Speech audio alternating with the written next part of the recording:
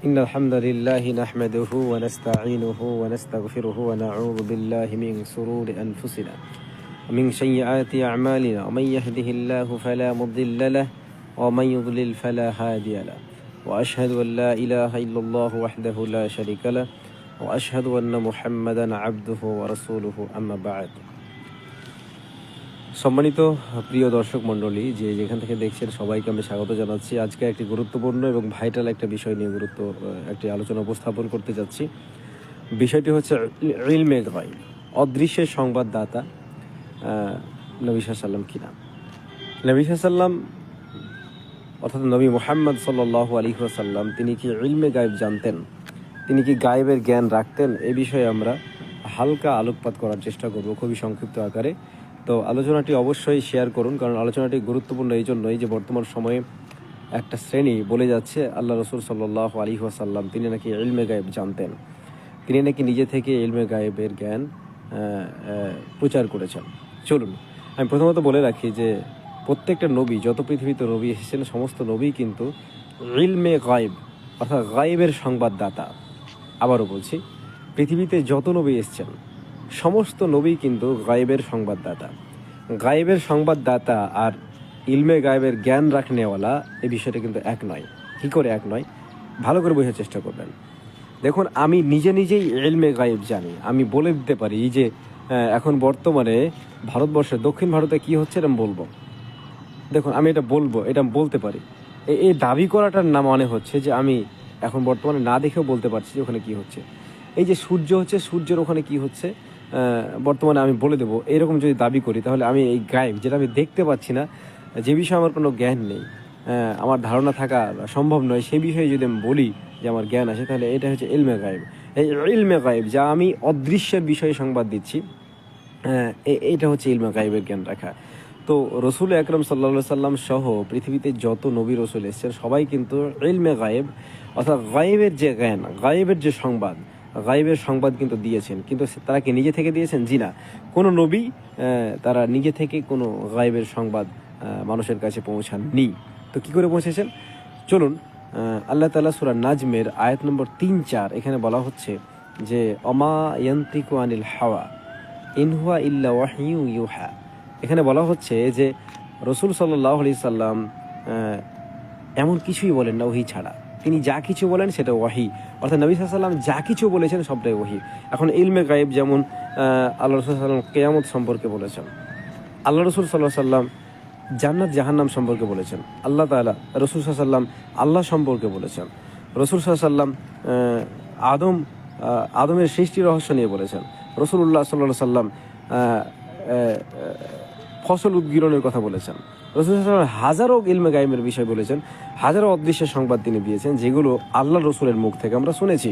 পবিত্র কোরআনে বহু আয়াত আছে যেখানে কিয়ামতের কথা আছে, বহু আয়াত আছে যেখানে জাহান্নামের কথা আছে, বহু আয়াত আছে যেখানে জান্নাতের কথা আছে। তো মানুষ তো এগুলো দেখেনি, তো মানুষ এগুলো না দেখে কি করে তাহলে আল্লাহ রসুল তো এগুলো তাহলে সরাসরি জানতেন না, তাহলে কীভাবে তিনি বললেন? এটা আপনারা বলতে পারবেন। তা আসলে বিষয় হচ্ছে আপনি যতটুকুই বলেন, আসলে এইটা কীভাবে উনি যা বললেন, আল্লাহ তাআলা যেটুকু ওনাকে বলেছেন সেইটুকু সবার সামনে তিনি প্রচার করেছেন। এটা হচ্ছে মেন বিষয়। দেখেন, উনি যদি ইলমে গায়েব জানতেন তাহলে আগেই কিন্তু আল্লাহর বিষয়ে সকল মানুষকে দাওয়াত দিতেন। আমরা জানি রসুল করিম সাল্লাল্লাহু আলাইহি সাল্লাম দীর্ঘ 40টা বছর যাবৎ তিনি গারে হিরাতে, হেরা গুহায় তিনি ধ্যানমগ্ন ছিলেন। 40 বছর আগে, যতক্ষণ পর্যন্ত ওহী না এসছে, জিবরিল আমিন যখন বললেন এ পড়ো, তুমি পড়ো, বিসমি রব্বিকাল্লাযী খলাক, তুমি তোমার রবের নামে পড়ো যে রব তোমাকে সৃষ্টি করেছেন, তিনি যখন এই বার্তাটা পৌঁছালেন, তার আগে পর্যন্ত তিনি কোনোদিনও আল্লাহর পথে মানুষকে দাওয়াত দেননি। তার কোনোদিনও এত মূর্তি পূজা হয়েছে, এত শিরক হয়েছে, এত ভুলভাল জিনিস হয়েছে, তারপরে রসুল আকরাম সাল্লাল্লাহু আলাইহি সাল্লাম কোনোদিনও মানুষকে বলেননি কেন? এর মানে হচ্ছে রসুল আকরাম সাল্লাল্লাহু আলাইহি সাল্লাম তিনি অদৃশ্যের কোনো জ্ঞান জানতেন না, তিনি জান্নাত জাহান্নামের বিষয়গুলো জানতেন না, তেমন পর্যায়ে কেমন জিনিস এটা তিনি জানতেন না, কবরের বিষয়ে তেমন তিনি জানতেন না, কিয়ামত বিষয়ে তেমন তিনি জানতেন না, আল্লাহ সম্পর্কে তেমন তিনি জানতেন না। যখন থেকে তার কাছে ওহী আসা শুরু হলো তখন থেকে তিনি ইলমে গায়েবের সংবাদদাতা হলেন। অর্থাৎ ইলমে গায়েবের সংবাদদাতা যদি এই অর্থে হয় যে আল্লাহ তাআলা যেটুকু তাকে জ্ঞান দিয়েছেন সেই জ্ঞান অনুযায়ী বলেছেন, তাহলে তিনি ইলমে গায়েবের সংবাদদাতা, এটুকু ঠিক আছে। কিন্তু যদি মনে করেন যে রাসূল সাল্লাল্লাহু আলাইহি ওয়াসাল্লাম আগে থেকেই জানতেন, তিনি মানুষকে বলে দিয়েছেন জান্নাত জাহান্নাম সম্পর্কে, গায়েবের সমস্ত অদৃশ্যের সংবাদ সম্পর্কে বলেছেন, তাহলে কিন্তু বিষয়টা ভুল হয়ে যাবে ভাইজান। সম্মানিত প্রিয় ভাইরা আমার, তো আমি আপনাদের সামনে আজকে আমি দলিল ভিত্তিক কিছু আলোচনা উপস্থাপন করতে যাব। চলুন, রাসূল আকরাম সাল্লাল্লাহু আলাইহি ওয়াসাল্লাম যা কিছু বলেছেন সেটা ওয়াহী ছিল, তিনি নিজের থেকে কোনো কিছু বলেননি। চলুন আমরা প্রথমত দেখার চেষ্টা করি আল্লাহ তাআলা কি বলছেন।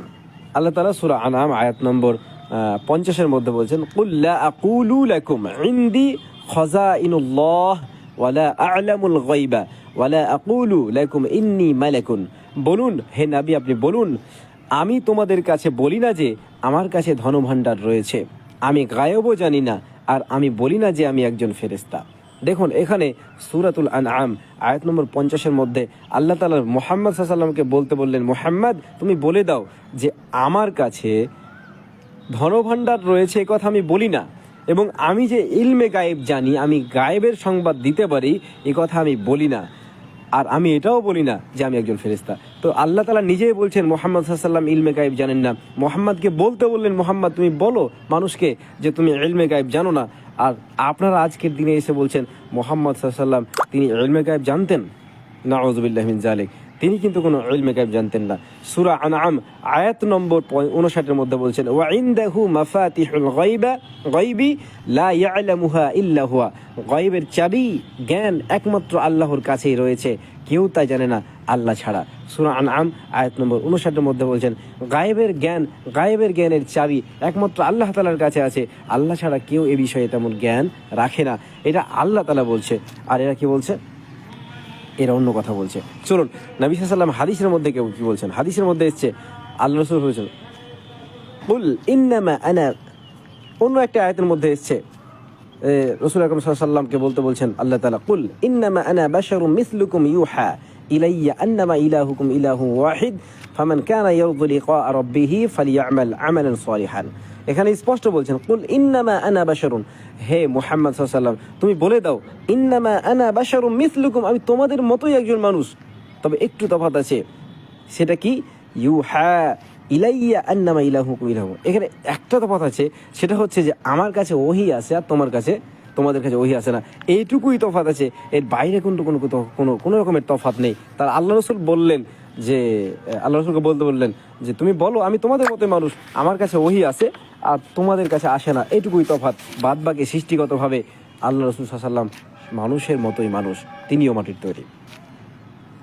দেখুন একটা হাদিস আপনাকে বলছি, এই হাদিসের মধ্যে সহিহ মুসলিম হাদিস নম্বর 5817 নম্বর হাদিস, এখানে বলছেন যে আন আবি হুরায়রা রাদিয়াল্লাহু তাআলা আনহু قال قال رسول الله صلى الله عليه وسلم لا يعلم الغيب الا الله।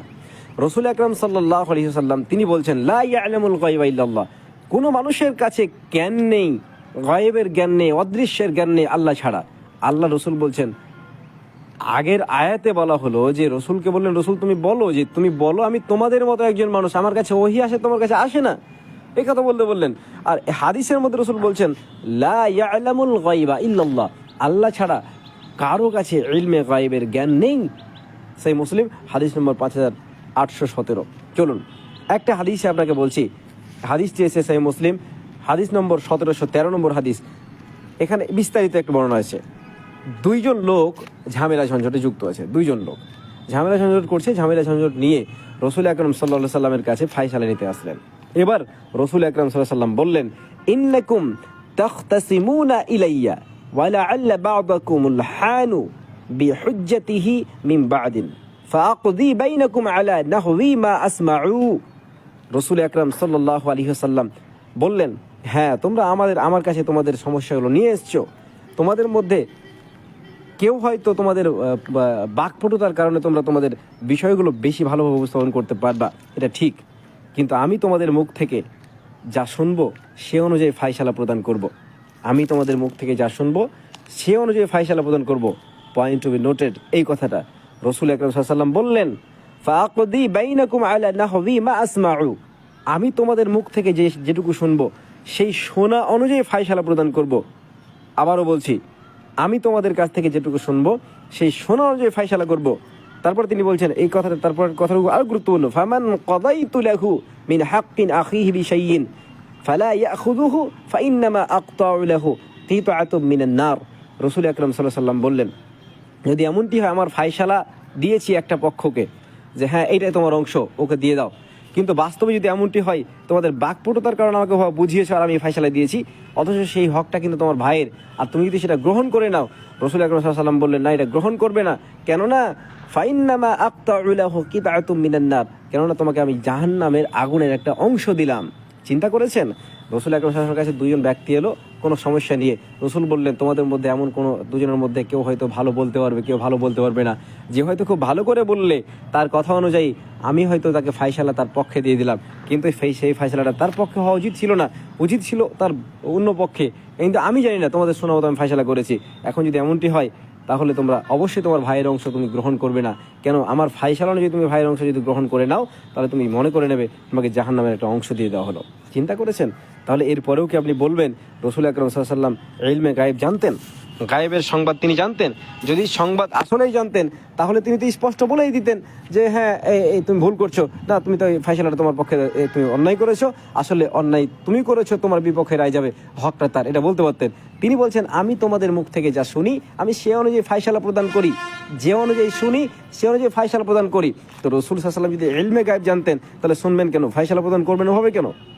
এবং এটাও আশঙ্কা প্রকাশ করলেন যে আমার ফায়সালাটা হতে পারে যে আমি যেদিকে ফায়সালাটা করলাম এটা মানে এই ফায়সালাটা তার পক্ষে হওয়া উচিত ছিল না, অন্য পক্ষে হওয়া উচিত ছিল, এটাও হতে পারে। কারণ রাসূল বললেন আমি তোমার মুখ থেকে যা শুনি সে অনুযায়ী ফায়সালা প্রদান করি। চিন্তা করেছেন আপনি? তাহলে রাসূল আকরাম সাল্লাল্লাহু আলাইহি ওয়াসাল্লাম ইলমে গায়েব জানতেন না, এটা চূড়ান্ত বিষয়। রাসূল আকরাম সাল্লাল্লাহু আলাইহি ওয়াসাল্লামকে যেটুকু জানানো হয়েছে সেটুকুই তিনি বলেছেন। চলুন আরও একটি দলিল উপস্থাপন করার চেষ্টা করি।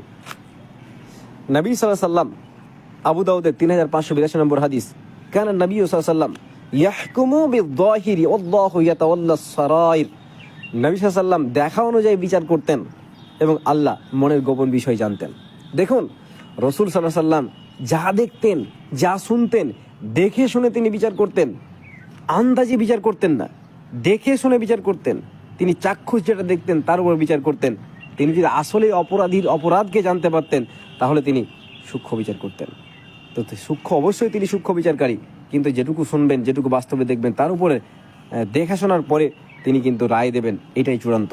তাহলে এই হাদিসগুলো থেকে, আয়াতগুলো থেকে স্পষ্ট হলো যে নবী সাল্লাল্লাহু আলাইহি ওয়াসাল্লাম ইলমে গায়েব জানতেন না। আরও একটি দলিল উপস্থাপন করি যে যারা বলবে যে নবী সাল্লাল্লাহু আলাইহি ওয়াসাল্লাম গায়েব জানতেন তারা পৃথিবীর মধ্যে নিকৃষ্ট মিথ্যাবাদী। চলুন হাদিস শোনাই। নবী সাল্লাল্লাহু আলাইহি ওয়াসাল্লাম বলছেন, মান হাদ্দাসা আন্না মুহাম্মাদান সাল্লাল্লাহু আলাইহি ওয়াসাল্লাম কানা ইয়ালামু মা ফি গাদিন ফাকাদ আ'যামা আলাল্লাহি ফিরিয়াতুন। ভালো করে বোঝার চেষ্টা করেন। মান হাদ্দাসা আন্না মুহাম্মাদান সাল্লাল্লাহু আলাইহি ওয়াসাল্লাম, যে ব্যক্তি বলবে যে মুহাম্মদ সাল্লাল্লাহু আলাইহি ওয়াসাল্লাম কানা ইয়ালামু মা ফি গাদিন, আগামীকালকে কি হবে মুহাম্মদ সাল্লাল্লাহু আলাইহি ওয়াসাল্লাম সেটা জানেন, যে ব্যক্তি মনে করবে ফাকাদ আ'যামা আলাল্লাহি ফিরকাতুন, সেই ব্যক্তি সবচেয়ে বড় মিথ্যুক। চিন্তা করেছেন? স্পষ্ট হচ্ছে যে যেই ব্যক্তি মনে করবে যে আগামীকাল কি হবে এটা মুহাম্মদ সাল্লাল্লাহু আলাইহি ওয়াসাল্লাম জানেন, সে ব্যক্তি মিথ্যুক। আল্লাহ রাসূল নিজেই কথাটি বলছেন। অন্য হাদিসে এসেছেন, মান জাআমা আন্না নবী সাল্লাল্লাহু আলাইহি ওয়াসাল্লাম ইখবিরু বিমা ইয়াকুনু ফি গাদিন ফাকাদ কাযাবা। আবু দাউদ 3990 নম্বর হাদিস। আল্লাহ রাসূল সাল্লাল্লাহু আলাইহি ওয়াসাল্লাম বলছেন, মান জাআমা আন্না নবী সাল্লাল্লাহু আলাইহি ওয়াসাল্লাম, যেই ব্যক্তি বলবে নবী সাল্লাল্লাহু আলাইহি ওয়াসাল্লাম জানতেন, ইখবিরু বিমা ইয়াকুনু ফি গাদিন, আগামীকালকে কি হবে সেই খবর রাসূলের সামনে দিতে পারেন, এই কথা যে বলবে ফাকাদ কাযাবা, সে ব্যক্তি মিথ্যা কথা বলল। চিন্তা করেছেন? রাসূল সাল্লাল্লাহু আলাইহি ওয়াসাল্লাম নিজে বলছেন, যে ব্যক্তি বলবে মুহাম্মদ আগামীকালকে কি হবে সেটা বলতে পারেন, সে ব্যক্তি মিথ্যা বলেছে, সে ব্যক্তি মিথ্যুক। তাহলে রাসূলের কথা অনুযায়ী স্পষ্ট হচ্ছে যে রাসূল কিন্তু ইলমে গায়েব জানতেন না। আল্লাহ রাসূল সাল্লাল্লাহু আলাইহি ওয়াসাল্লামকে যেটুকু জানানো হয়েছে সেটুকুই তিনি বলতে পারতেন। এটা হচ্ছে আহলুস সুন্নাত ওয়াল জামাতের আকীদা, অর্থাৎ কোরআন সুন্নাহ যারা বিশ্বাস করে, যারা মানে, তাদের আকীদা। চলুন উক্ত বিষয়ে ইমামদের মতামত একটু শুনি। ইমাম আবু হানিফা বলেন, কেউ যদি বলে নবী মুহাম্মদ সাল্লাল্লাহু আলাইহি ওয়াসাল্লাম গায়েব জানতেন তবে সেই ব্যক্তি কুফরি করলো। ফতোয়া আল হিন্দিয়া খণ্ড 2 পৃষ্ঠা 282। হানাফি মাযহাবের, ভালো করে শুনেন, ইমামুল আজম ইমাম আবু হানিফা রাহিমাহুল্লাহ তিনি বলছেন, কেউ যদি বলে নবী সাল্লাল্লাহু আলাইহি ওয়াসাল্লাম গায়েব জানতেন সে ব্যক্তি কুফরি করলো। ফতোয়া আল হিন্দিয়া খণ্ড 2 পৃষ্ঠা 282।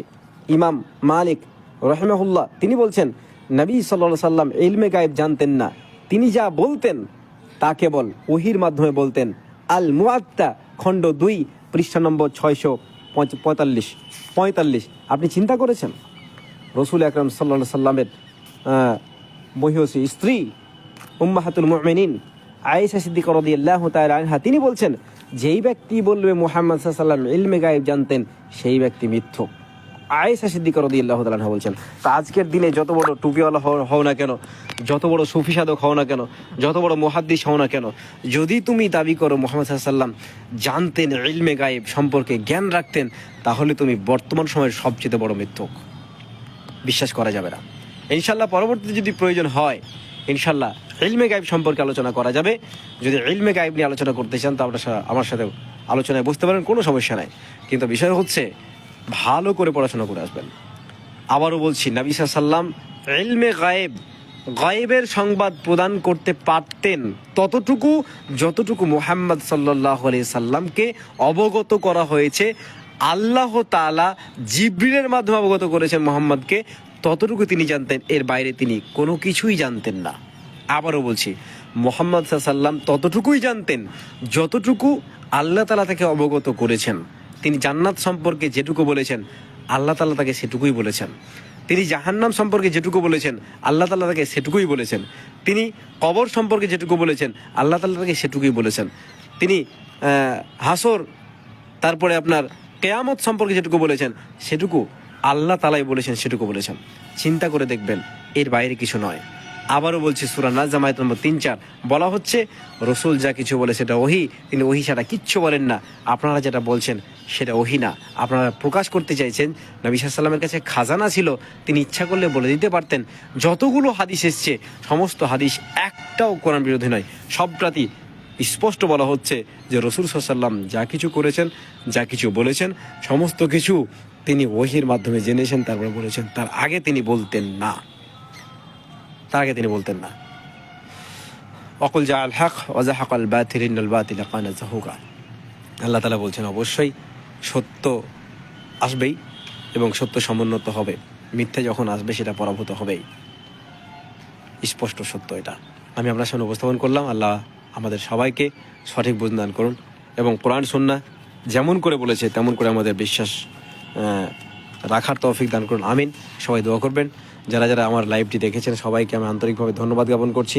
যারা যারা সালাম প্রদান করেছেন সবাইকে আমার পক্ষ থেকে উত্তর প্রদান করছি। ওয়া আলাইকুম আসসালাম ওয়া রাহমাতুল্লাহি ওয়া বারাকাতুহু। আমার জন্য দোয়া করবেন, আর যদি মনে হয় যে লাইভটি গুরুত্বপূর্ণ তাহলে শেয়ার করবেন। আসসালামু আলাইকুম ওয়া রাহমাতুল্লাহ।